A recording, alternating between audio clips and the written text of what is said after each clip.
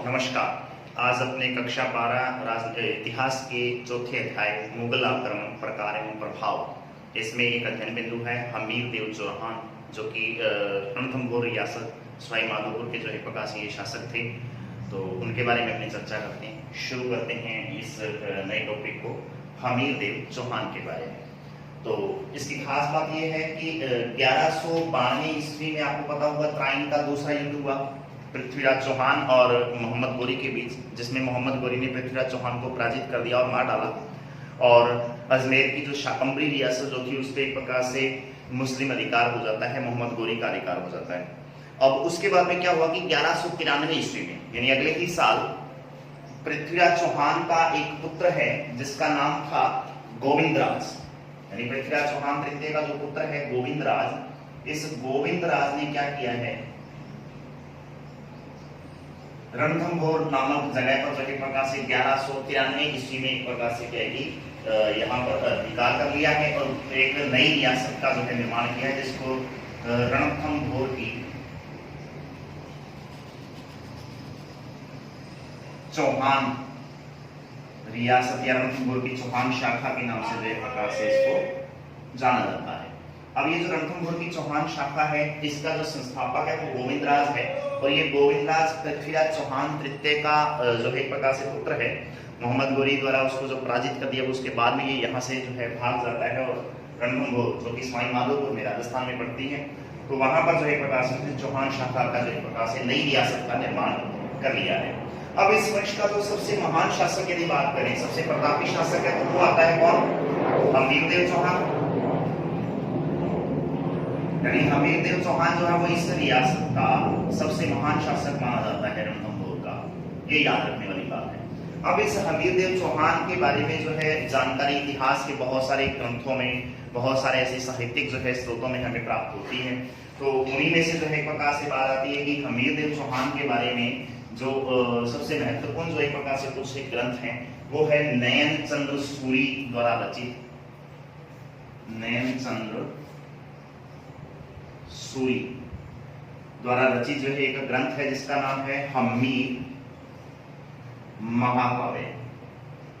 तो हमीर महाकाव्य जो है एक प्रकार से इसके बारे में जानकारी देता है। इसके अलावा जो है एक आते हैं जोधराज सारंगधर द्वारा जो एक प्रकार से रचित है, सारंगधर द्वारा रचित एक ग्रंथ है जिसका नाम है हमीर रासो। तो इन दोनों ग्रंथों में एक प्रकार से इसके बारे में खास तौर पे जो है चर्चा की गई है। और मुख्य बात जो आती है वो ये है कि नयन चंद्र सूरी का जो हमीर महाकाव्य, ये एक प्रकार से इस चौहान हमीर के बारे में काफी जानकारी हमें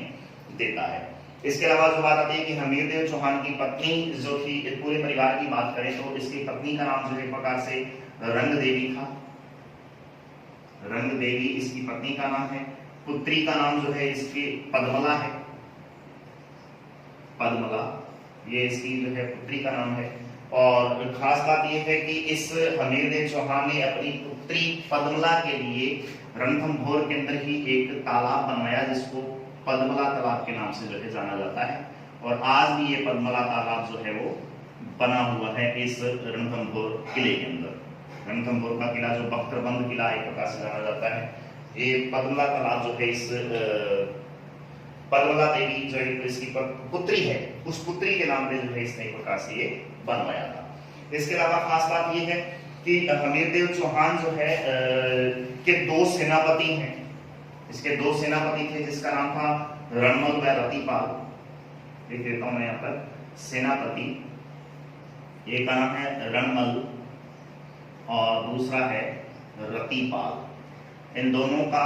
जो है इसको पराजित करने में, इसको हराने में, इसको धोखा देने में बड़ा महत्वपूर्ण रोल रहा है। इसलिए जो है इनको बारे में याद करना या जानना जरूरी है। तो हमीरदेव चौहान के दो सेनापति हैं जिसका नाम है रणमल और रतिपाल। इसके अलावा जो बात आती है कि हमीरदेव चौहान के काल में 1292 ईस्वी की बात है। ये हमीरदेव चौहान के काल में जो है 1292 ईस्वी में क्या होता है, एक महत्वपूर्ण बात है। दिल्ली सल्तनत का एक सुल्तान है जो कि एक प्रकार से खिलजी वंश का संस्थापक माना जाता है, जलालुद्दीन फिरोज खिलजी। जलालुद्दीन फिरोज खिलजी। इस जलालुद्दीन खिलजी ने जो है क्या किया है, 1292 ईस्वी में एक इस रणथंभोर के किले पर घेरा डाला है। रणथंभोर का किला जो है चारों ओर से जो है प्रकार से क्या है कि पहाड़ी क्षेत्र और उसके साथ साथ में जंगली क्षेत्र से घिरा हुआ है और जंगल के बिल्कुल बीचों बीच बना हुआ है, इसलिए जो है एक प्रकार से दूर से इसके ऊपर आक्रमण करना बड़ा मुश्किल है और एक बिल्कुल इसके पास जाकर ही इस पे जो है इसको फतेह किया जा सकता था। और चारों तरफ से ये क्या था कि पूरी तरह से जंगल से घिरा होने की वजह से यहाँ पर एकदम से जो है ये दिखाई भी नहीं देता है चारों तरफ से। इस वजह से जो है अलाउद्दीन खिलजी जो है एक प्रकार से कह दिया है, सॉरी अबुल फजल ने, वो कहते हैं कि एक प्रकार से कि बाकी राजस्थान के जितने भी दुर्ग हैं वो अपने आप में खुले में हैं, लेकिन ये जो है किला एक प्रकार से ऐसा है जो बख्तर बंद किला है, अर्थात चारों तरफ से एक प्रकार से ढका हुआ है, जिसने एक प्रकार से यूं मान लो कि प्राकृतिक लबादा ओढ़ रखा है, दिखाई नहीं देता। इस वजह से उसने इस किले को बख्तर बंद किला के नाम से जो है पुकारा है। तो जलालुद्दीन खिलजी ने इस 1292 ईस्वी में क्या किया है कि रणथंभोर के किले का घेरा डाला, लेकिन काफी समय तक घेरा जो है एक प्रकार से वो डाले रखता है और रणथंभोर दुर्ग की विशालता देखकर कई दिनों तक जो है, कई महीनों तक एक प्रकार से इसके घेरे को डाले रखा है इसने, लेकिन सफलता नहीं मिल पाती है। इसलिए जो है अंगूर खट्टे हैं ऐसा कहते हुए जैसा लोमड़ी एक प्रकार से अंगूरों को छोड़कर चली जाती है, ठीक उसी प्रकार से जलालुद्दीन खिलजी ने भी एक बहुत इतिहास प्रसिद्ध एक लोमड़ी वाली बात की। यहाँ पर क्या कहता है कि ऐसे 100 दुर्ग, ऐसे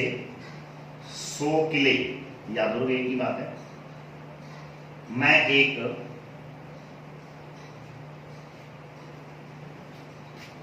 मुसलमान के सिर के बराबर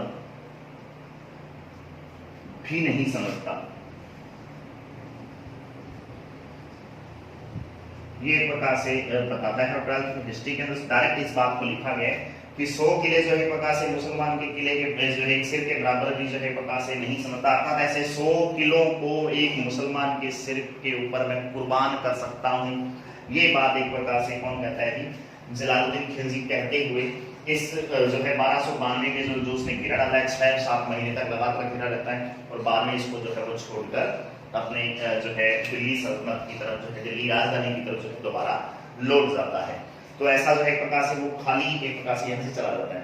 अब खास बात ये हुई कि हमीरदेव चौहान जो है वो अपने आप में अपनी हठ धर्मिता के लिए प्रसिद्ध है। इस वजह से क्या हुआ कि हमीरदेव चौहान का जो है एक प्रकार से सीधा सामना अपने आप में जलालुद्दीन खिलजी के ही दामाद और उसके भतीजे अलाउद्दीन खिलजी के साथ हो जाता है। चूंकि जलालुद्दीन खिलजी ने 1290 ईस्वी में खिलजी वंश की स्थापना की और उसके ठीक 6 साल बाद में 1296 ईस्वी में उसी का भतीजा जो बाद में उसका दामाद भी हो जाता है, उसने जो है प्रकार से क्या है कि अपने ही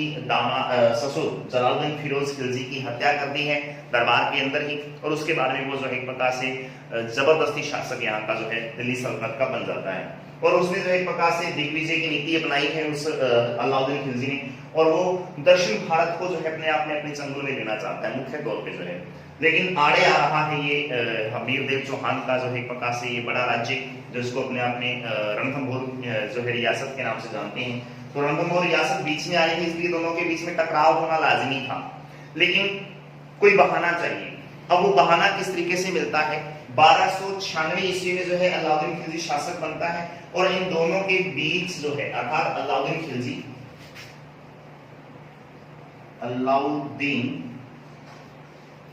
खिलजी और जो है प्रकार से इस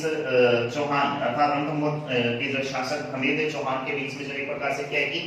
डायरेक्ट अब जो है युद्ध की स्थिति पैदा होगी। तो क्या होता है कि दोनों के बीच का जो है विरोध का कारण अर्थात खिलजी और चौहान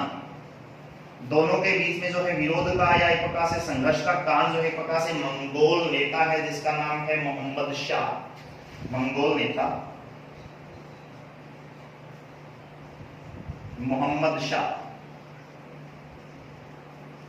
ये इन दोनों के बीच में जो है संघर्ष का मुख्य कारण बनता है। अब होता क्या है कि हमीरदेव चौहान अलाउद्दीन खिलजी की एक पत्नी है घसीटी बेगम, आई थिंक यही नाम है उसका, मुझे पूरा कंफर्म नहीं है। तो इस अलाउद्दीन खिलजी की पत्नी और इस मंगोल नेता के बीच में जो है एक प्रकार से एक षड्यंत्र रचने की बात जो है सामने आती है कि दोनों ने जो है एक प्रकार से षड्यंत्र रचा है, इस अलाउद्दीन खिलजी की पत्नी और ये मोहम्मद शाह इन दोनों के बीच में एक प्रकार से प्रेम संबंध भी थे, और बाद में जो है इन दोनों के बीच में जो है क्या है कि इसको मारने का एक प्रकार से षड्यंत्र पैदा होता है, षड्यंत्र करते हैं वो देवी। लेकिन इस षड्यंत्र के बारे में जो है खिलजी को पता चल जाता है कि आपके खिलाफ जो है षड्यंत्र हो रहा है, और तेरी पत्नी और जो है तेरा जो ये सेनापति मंगोल नेता है ये मोहम्मद शाह, ये दोनों जो है मिले हुए हैं और मारना चाहते हैं। इस बात को लेकर जो है दोनों के बीच में जो है क्या है कि उसको जब पता चलता है तो वो इस मंगोल नेता को जो है पकड़ना चाहता है, गिरफ्तार करना चाहता है, लेकिन ये भागकर जो है कहाँ आ जाता है, इस हमीर देव चौहान की राज्य अर्थात रणथंभौर के किले में आ जाता है। अब हमारी जो है भारतीय संस्कृति में ये रहा है कि हम अपने जो है दुश्मन को भी यदि वो घर पे आ जाए तो मेहमान नवाजी के लिए जो है उसकी कोई कसर नहीं छोड़ते हैं, और इस वजह से इसने जो है बड़ी इसकी एक प्रकार से आवभगत की, इसकी मेहमानबाजी की, एक प्रकार से मेजबानी करता है ये चौहान जो है अर्थात हमीर देव चौहान। लेकिन अलाउद्दीन खिलजी ने इसको वापस लौटाने की जो है एक प्रकार से इसे पेशकश की कि आप जो है इस मोहम्मद शाह को मुझे वापस लौटा दीजिए। तो हमीर देव चौहान ने अपनी हठ धर्मिता के आधार पर जो है एक प्रकार से इसको लौटाने से मना कर दिया। अब बहाना मिल गया है उसको इस प्रकार से रणथंभौर पर आक्रमण करने का, हालांकि वो चाहता पहले से था, क्योंकि दक्षिण भारत की एक प्रकार से विजय के लिए उसको जरूरी था कि मध्य भारत का जो एक प्रकार से बड़ा राज्य है इसको जीत पाए। चित्तौड़गढ़ को जीतने के लिए भी उसको ये जीतना जरूरी था, इस वजह से बहाना चाहिए था उसको, और बहाना उसने जो है ये ढूंढ लिया है कि इस मंगोल नेता को जो है वो लौटाने से मना कर देता है। इस वजह से अलाउद्दीन खिलजी जो है अपने आप में नाराज होता है और अपने दो सेनापति नुसरत खां और एक जो है अन्य सेनापति है जिसका नाम है नुसरत खां और उलुग खां, इन दोनों को जो है प्रकार से अपनी सेना सहित जो है प्रकार से इस रणथंभौर के किले पर भेजता है। लेकिन रणथंभौर के किले को वो भी भेद नहीं पाते हैं। कुछ महीने जो एक प्रकार से ये युद्ध जो है दोनों के बीच में जो है चलता रहता है, लेकिन अंत समय में जो है अलाउद्दीन खिलजी खुद जो है एक प्रकार से एक बड़ी सेना लेकर इस किले का घेरा डालता है और बड़ी कूटनीति से जो है एक प्रकार से वो इस पे कब्जा कर पाता है। कैसे करता है उसके बारे में अपनी बात करते हैं। तो क्या हुआ कि मोहम्मद शाह नाम का जो ये मंगोल नेता एक प्रकार से इसकी शरण में चला गया, चौहान हमीर देव की चौहान की जो एक प्रकार से शरण में। इस वजह से वो लौटाता नहीं है तो अलाउद्दीन खिलजी नाराज होता है। नई बात यह है कि अलाउद्दीन खिलजी ने 1301 ईस्वी में इस रणथंभौर पर आक्रमण कर दिया है। सन 1301 ईस्वी में जो है खिलजी ने क्या किया है जी, 1301 ईस्वी में रणथंभौर पर आक्रमण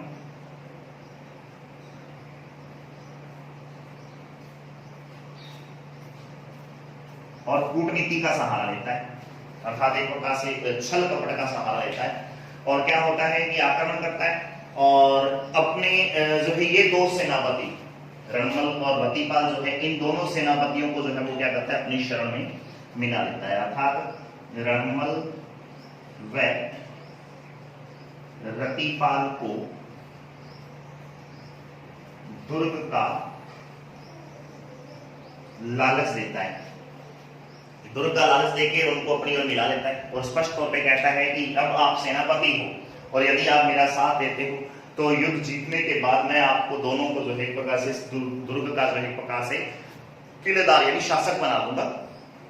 और आप जो है अब सेनापति तो बाद में आप शासक बन सकते हो। इस तरीके से उन दोनों को लालच देता है और इस लालच के वशीभूत इन दोनों ने जो है कहती हैं कि दुर्ग के जो द्वार हैं वो खोल दिए और इस वजह से जो है रणथंभौर की जो भेदे जो किला था इस किले को जो है एक प्रकार से ये भेद दिया इसने अलाउद्दीन खिलजी ने छल कपट से। और उसके बाद में जो है 1301 ईस्वी में भीषण युद्ध होता है इस एक प्रकार से रणथंभौर के किले के अंदर ही। और इस युद्ध में जो है क्या है होता है कि अपने आप में राजपूत जो है सारे के सारे जितने भी राजपूत सैनिक जो थे इस हमीर देव चौहान के वो सारे के सारे वीर गति को प्राप्त होते हैं। बड़े बड़े जो सेनापति और उसके जो बड़े सैनिक जो थे वो सारे शहीद हो जाते हैं इस युद्ध में। इस युद्ध में जो है क्या होता है कि एक प्रकार से हमीर देव चौहान खुद भी जो है एक प्रकार से केसरिया बाना पहनकर अपने आप में जो है लड़ता है और वीर गति को प्राप्त हो जाता है। अब उसके बाद में क्या होता है कि हमीर देव चौहान की पत्नी जिसका नाम था ये रंग देवी, इस रंग देवी ने जो है प्रकार से इसी पद्मला तालाब के अंदर जो है एक प्रकार से क्या है कि डूबकर अपने आप की जो है एक प्रकार से आहुति दे दी। अर्थात सीधी सी बात है कि अपने प्राणों की आहुति देना यानी चौहर कर लिया इसने। जो राजस्थान का प्रथम, बहुत महत्वपूर्ण बात है ये, राजस्थान का प्रथम साका होता है। अब ये साका क्या चीज है तो ये समझना है आपको। अब देखो जब किसी शासक द्वारा केसरिया बाना पहनकर, अर्थात युद्ध का जो एक प्रकार से जो प्रतीक चिन्ह, उसका जो एक प्रकार से वो जो बाना है वो पहनकर, वो केसरिया बाना पहनकर एक प्रकार से युद्ध भूमि में शहीद हो जाता है या वीर गति को प्राप्त हो जाता है, उसके उस वीर गति को प्राप्त होने को जो है केसरिया कहा जाता है, क्योंकि उसने केसरिया बाना पहन रखा है। और केसरिया बाना पहनते हुए जो है एक प्रकार से वो क्या है कि युद्ध में या तो मरने जाएगा या मारने जाएगा, अर्थात युद्ध जीतने नहीं जा रहा है, या तो मरेगा या सामने वाले को मारेगा। इस तरीके की जो है स्थिति जब पैदा होती है, उसके बाद में यदि मान लो वो शासक जो है शहीद हो जाए, तो उस जो है कि शहीद होने या उसके जो है एक प्रकार से मृत्यु को प्राप्त होने को या वीरगति को प्राप्त होने को क्या बोला जाता है? केसरिया कहा जाता है। उसके बाद में उसकी पत्नी, उसकी रानियां या उसके जो है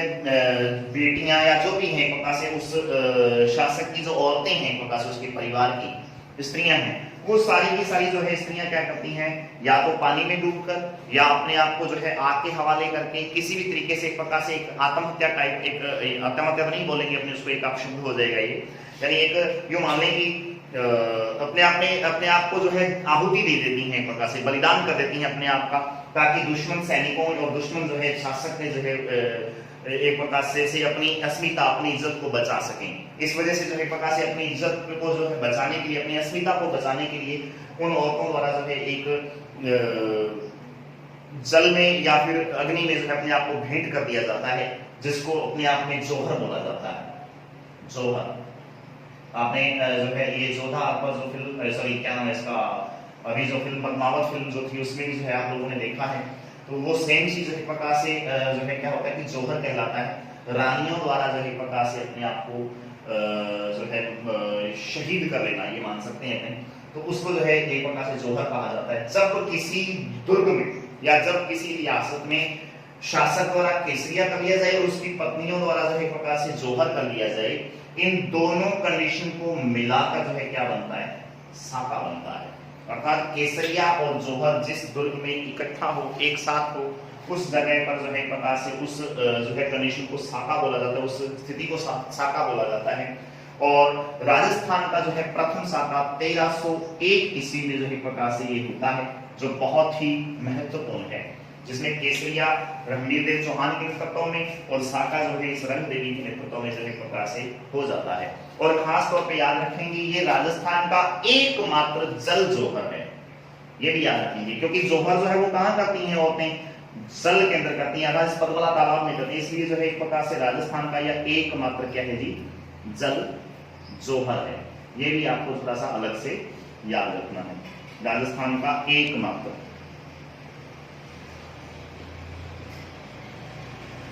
तो राजस्थान का यह एकमात्र जो है क्या है कि जल जोहर है, ये भी आपको थोड़ा सा अलग से याद रखना है। अब क्या हुआ कि युद्ध के पश्चात बात आएगी कि इन दोनों को इनाम देने की, यानी रणमल और रतिपाल जो है, जो कि दुर्ग के लालच में प्रकाश उसके खिलाफ जाती अपने ही जो है प्रकार से शासक के खिलाफ, रणवीर चौहान के खिलाफ, इसलिए रणमल और रतिपाल दोनों को जो है प्रकार से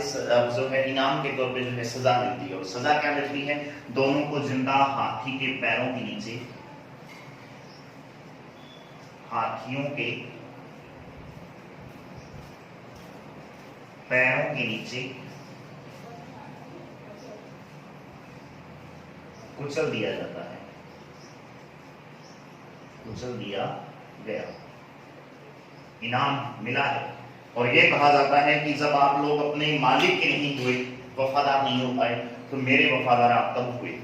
आपको कोई मेरे खिलाफ कोई लालच दे तो आप लोग जो है मेरे खिलाफ भी जा सकते हो, ऐसा कहते हुए जो उसने दोनों को जो है सरेआम सबके सामने हाथी के पैरों के नीचे जो प्रकार से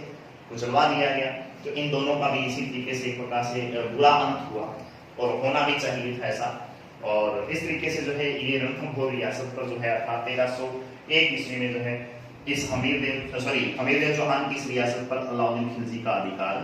हो जाता है। तो ये है जो है दोनों के बीच की खास जो है प्रकार से बातें। अब एक खास बात ये है कि हमीरदेव चौहान इस अलाउद्दीन खिलजी के बीच में जो 1301 ईस्वी में जो युद्ध हुआ है, इस युद्ध का आंखों देखा हाल जो है बहुत महत्वपूर्ण है, पेपर में डायरेक्ट पूछा जाता है। इस युद्ध का जो आंखों देखा हाल है वो याद रखेंगे, यानी लाइव टेलीकास्ट एक प्रकार से हो रहा है। इस युद्ध में खुद शामिल था वो जो है एक प्रकार से महान एक साहित्यकार जिसका नाम था और कवि रहा है वो अब जो है नाम था अमीर खुसरो।